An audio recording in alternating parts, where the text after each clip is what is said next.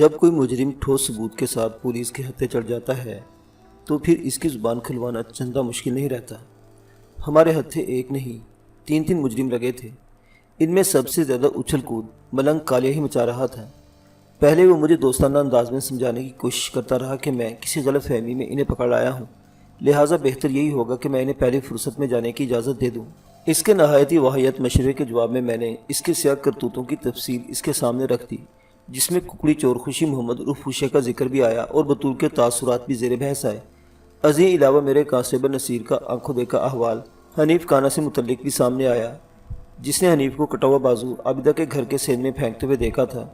پھر نصیر اور قدیر نے ان گرو چیلے کو زاہدہ کی قبر کھولتے ہوئے بھی دیکھا تھا۔ میں نے زہر خند لہجے میں کہا، ملنگ کالیا، میں ان 4 افراد کو تمہارے خلاف بطور گواہ عدالت میں پیش کروں گا۔ جب تم قانون کی گرفت میں نظر آؤ گے تو گاؤں کے دوسرے لوگوں کو بھی حوصلہ ملے گا اور ممکن ہے تمہارے متعلق کچھ مزید شرمناک انکشافات ہوں۔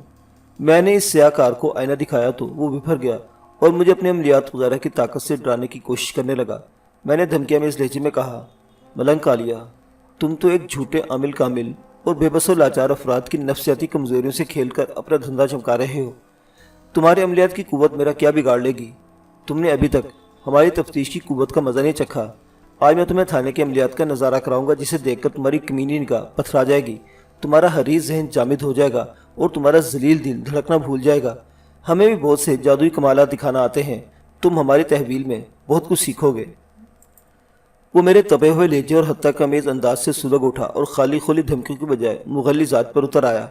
میں نے اس کے اوقات کے مطابق اس سے سلوک کرتے ہوئے اسے حوالدار جمعہ خان کے حوالے کرتے اور کہا، جمعہ خان، ملنگ کالیا اور اس کے دونوں ساتھی تمہاری تحویل میں دے رہا ہوں، تم کتنی دیر میں انہیں راہ راست پر لا سکتے ہو؟ اگر مجھے میری صلاحیتیں آزمانے کی کھلی اجازت ہے تو میں زیادہ سے زیادہ 1 گھنٹے میں ان کی زبانوں کو ٹیپ ریکارڈ کا سپیکر بنا دوں گا۔ جمعہ خان سینہ پھیلاتے ہوئے بولا اور ایسی نظر سے ان تنوں کو دیکھنے لگا جیسے قصاب بکری کو دیکھتا ہے۔ مجھے نتائج چاہیے، حتمی نتائج، میں نے قطعیت سے کہا، تم چاہے جو کچھ بھی آزماؤ۔ حوالدار جمعہ خان ان تینوں کو ہانک کر کشاں کشاں ٹرائل روم میں لے گیا۔ اس نے اپنی معاونت کے لیے 2 ہٹے کٹے سپاہیوں کو بھی بلا لیا تھا۔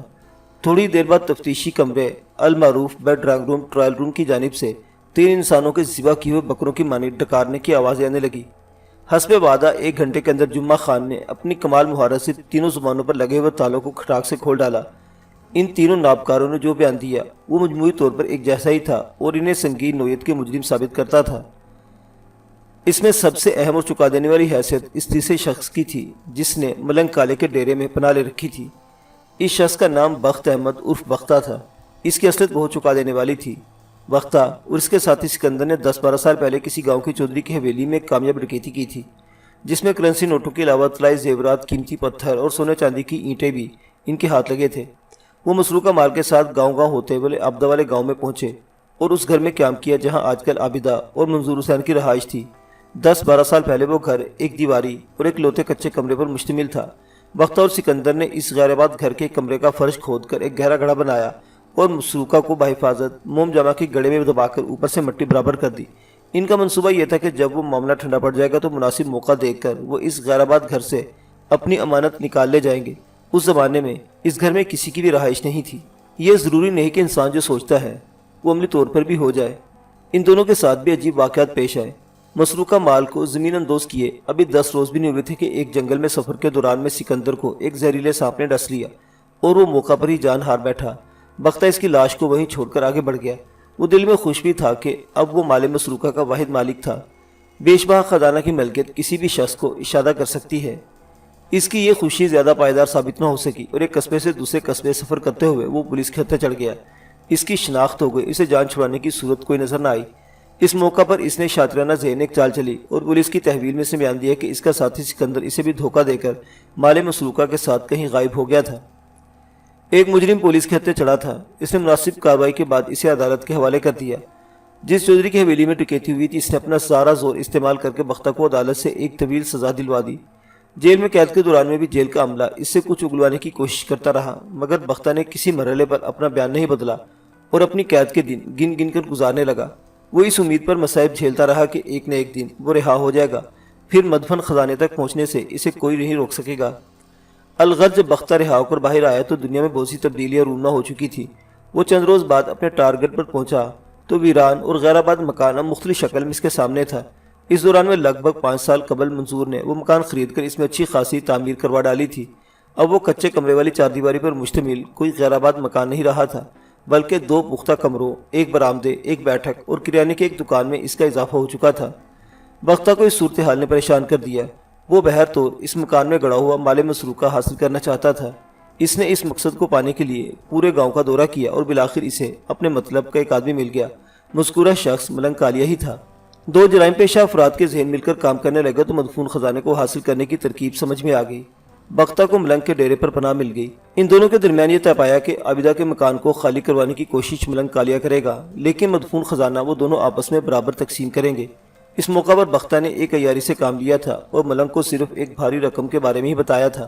زیورات، قیمتی پتھر اور سونے کی اینٹوں کا تذکرہ وہ گول کر گیا تھا۔ ملنگ کالیا کی نظر ایک تگڑی رقم کے ساتھ ساتھ بطول پر بھی جمی ہوئی تھی۔ چنانچہ اس کمینہ خسرت شیطان ابن شیطان نے اپنے مقصد کے حصول کی خاطر جو کوشش کی وہ آپ گزشتہ صفحات میں پڑھتے چلے آ رہے ہیں۔ تینوں کے اقبالی بیان کے بعد میرے لیے بہت آسانی پیدا ہو گئی تھی۔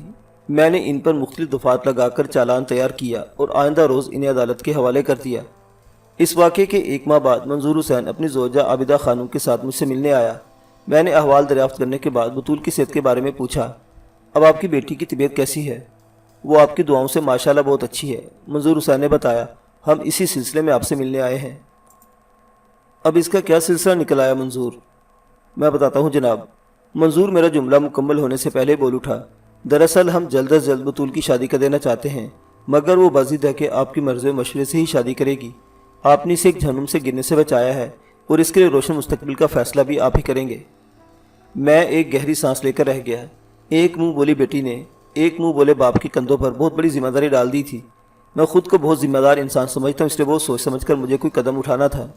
میں نے عابدہ سے پوچھا، تم بطول کی اس خواہش کے بارے میں کیا کہتی ہو؟ میں کیا کہوں؟ وہ شکست خوردہ انداز میں بولی، اب تو بطولی کی بات ماننا پڑے گی۔ اس نے آپ کو بڑا بنایا ہے، جو فیصلہ آپ کریں گے وہی ماننا ہوگا۔ میں نے یہ سوال منظور کے بجائے عابدہ سے اس لیے کیا تھا کہ گھر میں عابدہ ہی کی حکمرانی ہے۔ جب میں نے بطول سے تفصیل ملاقات کی تھی اس وقت سے میں نے یہ بھی پوچھ لیا تھا کہ وہ کسی خاص لڑکی کو پسند کرتی ہے یا نہیں۔ اس نے اس سلسلے میں کسی پسند یا ناپسند کا اظہار نہیں کیا تھا۔ میں نے منظور حسین سے سوال کیا، آپ لوگوں کی نظر میں کوئی بہتر رشتہ ہے؟ وہ بولا، صدیقہ کا رشتہ عابدہ ٹھکرا چکی ہے اور کوئی ڈھنگ کا لڑکا میری نظر میں فی الحال نہیں ہے۔ میں نے کھنگار کر گلا صاف کیا اور ان دونوں کو بیک وقت مخاطب کرتے ہوئے کہا، اگر بطول کا یہ خیال ہے کہ میں نے اسے جہنم میں گرنے سے بچایا ہے تو پھر میں اسے جنت میں داخل کرنے کا مفید مشورہ دوں گا، اور آپ دونوں کو بھی میرے مشورے سے اتفاق کرنا ہوگا۔ میں بطول کے لیے جس لڑکے کا انتخاب کروں گا آپ دونوں کو اسے اپنا داماد بنانا ہوگا۔ منظور ہے، وہ دونوں بیک آواز ہو کر بولے۔ میں نے ان کے سامنے آسے بیگم کے بیٹے محمد صدیق عرف صدیقہ کا نام رکھ دیا۔ میں اس لڑکے سے مل چکا ہوں اور میرے حساب سے بطول کے لیے نہایت ہی مناسب اور موزوں تھا۔ ان دونوں نے میری تجویز اور انتخاب پر ساتھ کیا اور ہنسی خوشی رخصت ہو گئے۔ میں اس سے زیادہ بطول کے لیے کیا کر سکتا تھا؟ وہ ایک سیاہ کار کے پنجہ ستم سے نکل آئی تھی۔ میں نے ملنگ کالیا کو ایسا فٹ کیا تھا کہ اسے زندگی کا بیشتر حصہ اب جیل کی سلاخوں کے پیچھے گزرنا تھا۔ ملنگ کالیا جیسے لانتی کردار ہر علاقے میں پائے جاتے ہیں۔ اللہ سب کو ان کے شر سے محفوظ رکھے، آمین۔ چلتے چلتے یہ بھی سن لے کہ عابدہ کے گھر سے جو مدفون خزانہ برآمد ہوا تھا، مختلف سرکاری مراحل سے گزرنے کے بعد اسے اس کے مالک چودھری امانت علی کے حوالے کر دیا گیا تھا، جو اس وقت قریب المرگ تھا۔ چودھری نے خوشی کے اس موقع پر سونے کے 2 سیٹ بطول کی شادی میں تحفے کے طور پر دے دیے تھے۔ معزز سامعین و ناظرین، آپ کو ملک صاحب کی یہ تفتیشی کہانی کیسی لگی؟ اپنی آراء کا اظہار کمنٹ باکس میں کیجیے گا۔ کہانی سننے کا شکریہ۔ اللہ حافظ۔